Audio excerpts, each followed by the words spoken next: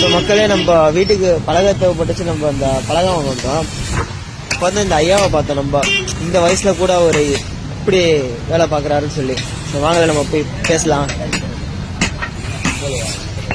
ஐயா, நீங்க எத்தனை வருஷமா வேலை பார்க்குறீங்க? இந்த வேலை நீங்க எத்தனை வருஷமா வேலை பார்க்குறீங்க? 60 வருஷமா வேலை பார்க்குறீங்க. சரி சரி. 60 வருஷமா வேலை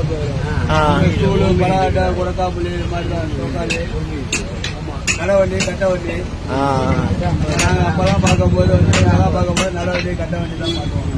சரி சரியா. இப்போ வந்து டேபிள் ஸ்கூலு